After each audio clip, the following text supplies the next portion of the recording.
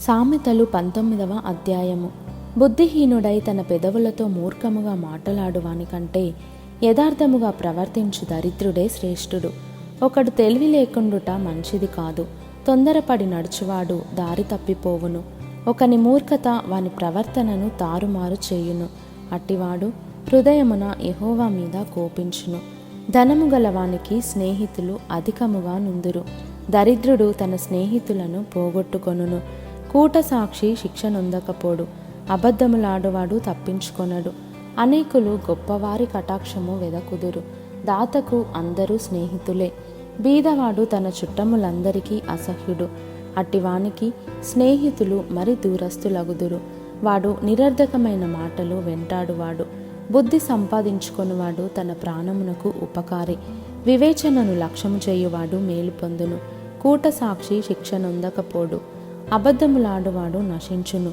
భోగములను అనుభవించుట బుద్ధిహీనునికి తగదు. రాజుల నేలుట దాసునికి బొత్తిగా తగదు. ఒకని సుబుద్ధి వానికి దీర్ఘశాంతమునిచ్చును. తప్పులు క్షమించుట అట్టివానికి ఘనతనిచ్చును. రాజు కోపము సింహగర్జన వంటిది. అతని కటాక్షము గడ్డి మీద కురియు మంచు వంటిది. బుద్ధిహీనుడగు కుమారుడు తన తండ్రికి చేటు తెచ్చును. భార్యతోడి పోరు ఎడతెగక పడుచుండు బిందువులతో సమానము. గృహమును విత్తమును పితరులిచ్చిన స్వాస్థ్యము. సుబుద్ధి గల భార్య యెహోవా యొక్క దానము. సోమరితనము గాఢనిద్రలో పడవేయును. సోమరివాడు పస్తుపడియుండును. ఆజ్ఞను గైకొనువాడు తన్ను కాపాడుకొనువాడు. తన ప్రవర్తన విషయమై అజాగ్రత్తగా నుండువాడు చచ్చును.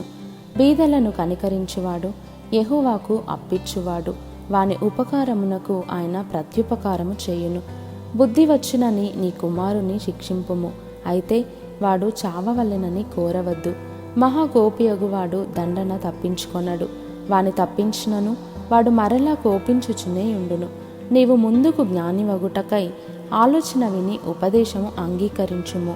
నరుని హృదయములో ఆలోచనలు అనేకములుగా పుట్టును. యెహోవా యొక్క తీర్మానమే స్థిరము. కృపచూపుట నరుని పరులకు ప్రియునిగా చేయును.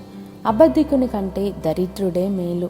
యెహోవా యందు భయభక్తులు కలిగియుండుట జీవ సాధనము.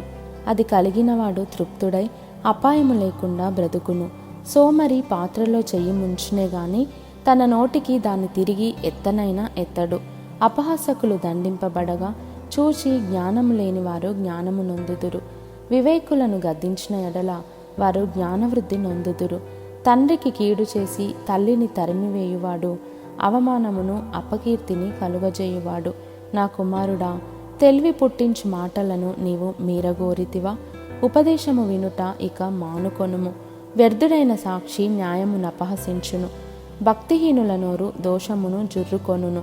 అపహాసకులకు తీర్పులును బుద్ధిహీనుల వీపులకు దెబ్బలును నియమింపబడినవి.